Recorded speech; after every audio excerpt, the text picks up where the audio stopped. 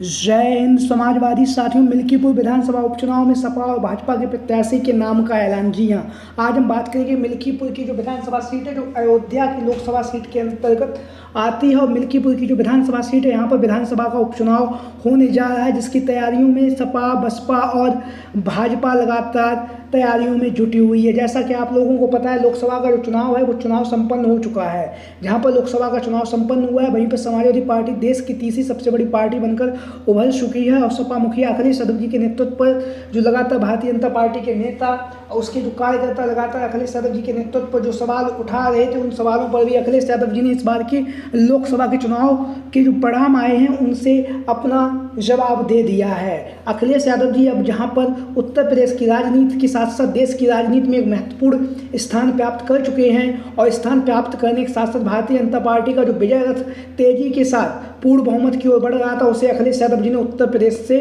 रोक दिया है। उत्तर प्रदेश में भारतीय जनता पार्टी पिछले 2019 के लोकसभा के चुनाव में जितनी लोकसभा की सीटें हारी है, उतनी ही लोकसभा सीटों से भारतीय जनता पार्टी की पूर्ण बहुमत से सरकार नहीं बन पाई है। एनडीए गठबंधन के सहयोग से सरकार चल रही है और देश के प्रधानमंत्री नरेंद्र मोदी बन चुके हैं। वहीं पर हम बात करेंगे जहां पर लोकसभा के चुनाव के बाद अब उत्तर प्रदेश में 10 विधानसभा सीटें ऐसी हैं जहां पर उपचुनाव होने जा रहा है।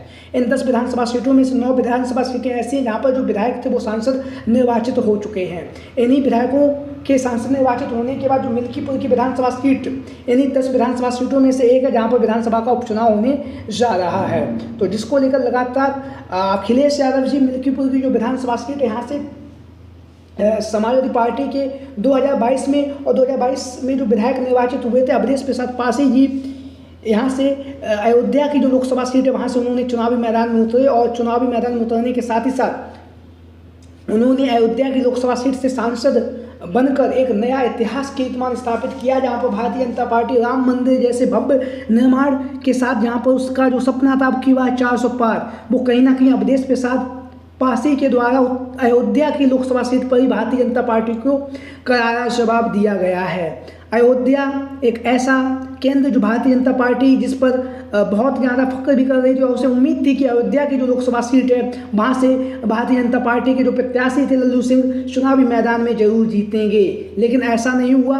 अयोध्या की लोकसभा सीट से अवधेश प्रसाद पासी चुनावी मैदान में जीत चुके हैं, और अवधेश प्रसाद पासी के सांसद बनने के साथ ही साथ देश भर में उनके नाम की जो चर्चाएँ हैं वो हो रही हैं। और लगातार इंडिया गठबंधन लगातार अवधेश प्रसाद पासी की जो विधानसभा सीट है मिल्कीपुर को लेकर लगातार इंडिया गठबंधन के तहत यहाँ से समाजवादी पार्टी के प्रत्याशी के तौर पर जो उनके जो पुत्र हैं अजीत प्रसाद पासी का टिकट तय माना जा रहा है। लगातार समाजवादी पार्टी के सूत्रों के हवाले से जो खबरें आ रही वो ये हैं कि मिल्कीपुर की विधानसभा सीट से जहाँ से अजीत प्रसाद 9 बार के विधायक रह चुके हैं, और 9 बार के विधायक रहने के साथ ही साथ 2022 के चुनाव में भी उन्होंने यहाँ से रिकॉर्ड मतों से जीत हासिल की थी। लगभग 13,000 मतों से वह मिल्कीपुर की विधानसभा सीट से जीते थे। तो अब जब मिल्कीपुर की विधानसभा सीट पर उपचुनाव होने जा रहा है, तो यहाँ से समाजवादी पार्टी के प्रत्याशी के तौर पर अजीत प्रसाद जो हैं उनका टिकट तय है।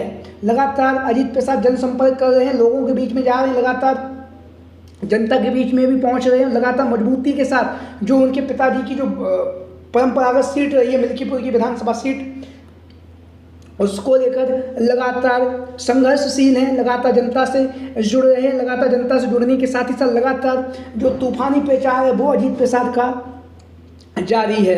लगातार जिस हिसाब से अजीत प्रसाद चुनाव प्रचार कर रहे हैं उस हिसाब से, और जिस तरह से जो समाजवादी पार्टी के जो अंदर खाने से जो खबरें सामने आ रही हैं वो ये हैं कि अजीत प्रसाद का टिकट जो है वो तय हो चुका है, और जिस अंदाज में अजीत प्रसाद चुनावी मैदान में उतरे हुए वो कहीं ना कहीं काबिल तारीफ है। लगातार जब से विधानसभा उपचुनाव का बिगुल वजह है तब से लगातार अजीत प्रसाद पासी मिल्कीपुर की विधानसभा सीट से जोरदार तरीके से चुनाव प्रचार कर रहे हैं। बहुत ही जल्द समाजवादी पार्टी इनका औपचारिक रूप से प्रत्याशी के नाम का ऐलान भी कर सकती है।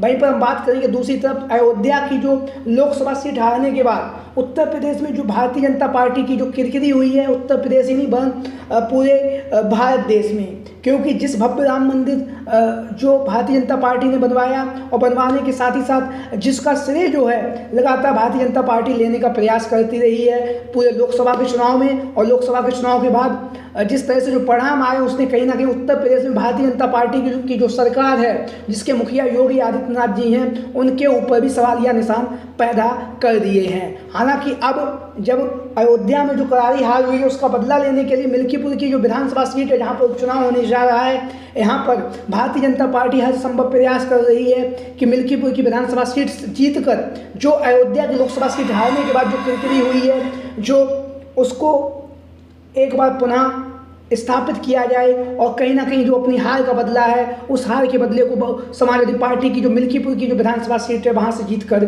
लिया जाए। योगी आदित्यनाथ मिल्कीपुर की विधानसभा सीट पर स्वयं अपनी जिम्मेदारी ले चुके हैं और लगातार अयोध्या में जा रहे हैं। अध्यक्ष शासन मिल्कीपुर की जो विधानसभा सीट है वहाँ पर बैठकें कर रहे हैं। लगातार प्रत्याशी के नाम को लेकर भी मंथन का दौर जारी है। लेकिन यहाँ से भारतीय जनता पार्टी के प्रत्याशी के तौर पर बात करें तो यहाँ से जो एक नाम लगातार प्रत्याशी के तौर पर चल रहा है वो है बाबा गोरखनाथ।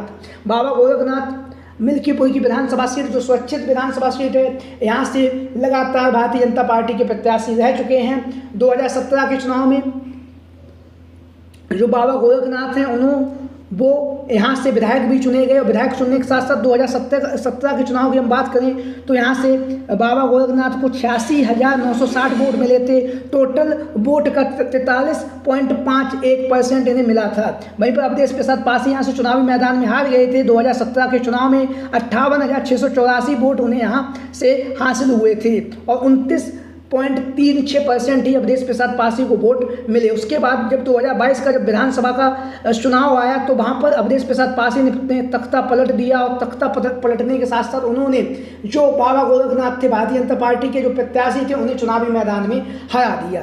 अब जब 2022 के विधानसभा के चुनाव में अवधेश प्रसाद पासी यहाँ से विधायक निर्वाचित हो चुके हैं, लेकिन अब वह सांसद जब निर्वाचित हुए तो यहाँ पर विधानसभा उपचुनाव होने जा रहा है। लगातार मिल्कीपुर की विधानसभा सीट से भारतीय जनता पार्टी की तरफ से बाबा गोरखनाथ का जो नाम है लगातार आगे चल रहा है और लगातार बाबा गोरखनाथ जनसंपर्क कर रहे हैं, लोगों से मिल रहे हैं। लगातार भारतीय जनता पार्टी के जो नेता हैं उनसे भी लगातार संपर्क साधे हुए हैं बाबा गोरखनाथ। वहीं पर हम बात करेंगे मिल्कीपुर की जो विधानसभा सीट यहाँ के अगर जाति समीकरण की बात करें तो उसको लेकर हम आप लोगों के सामने जो आंकड़ा है उस आंकड़े को रख रहे हैं मिल्कीपुर की जो विधानसभा सीट है वहाँ से।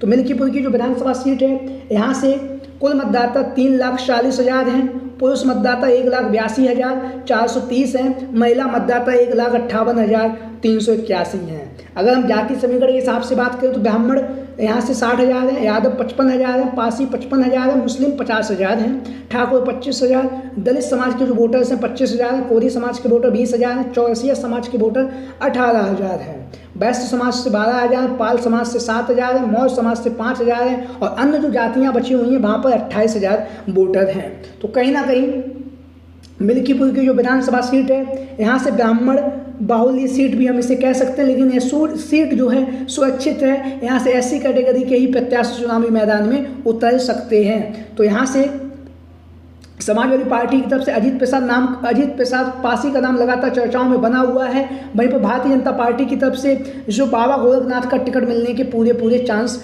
बन रहे हैं। तो लगातार दोनों ही दावेदार जो है लगातार जनसंपर्क कर रहे हैं, जहाँ पर लगातार क्षेत्र में जा रहे हैं और लगातार अपनी पार्टियों को लेकर लगातार चुनाव प्रचार कर रहे हैं बाबा गोरखनाथ और अजीत प्रसाद पासी। तो आप लोगों की क्या राय है सपा की तरफ से अजीत प्रसाद पासी जी को लेकर और वहीं पर भारतीय जनता पार्टी की तरफ से बाबा गोरखनाथ जी को लेकर आप लोगों की जो भी राय हो सभी साथी कमेंट बॉक्स के माध्यम से अपनी राय जरूर दें। आज की वीडियो में इतना ही। जय हिंद, जय भारत।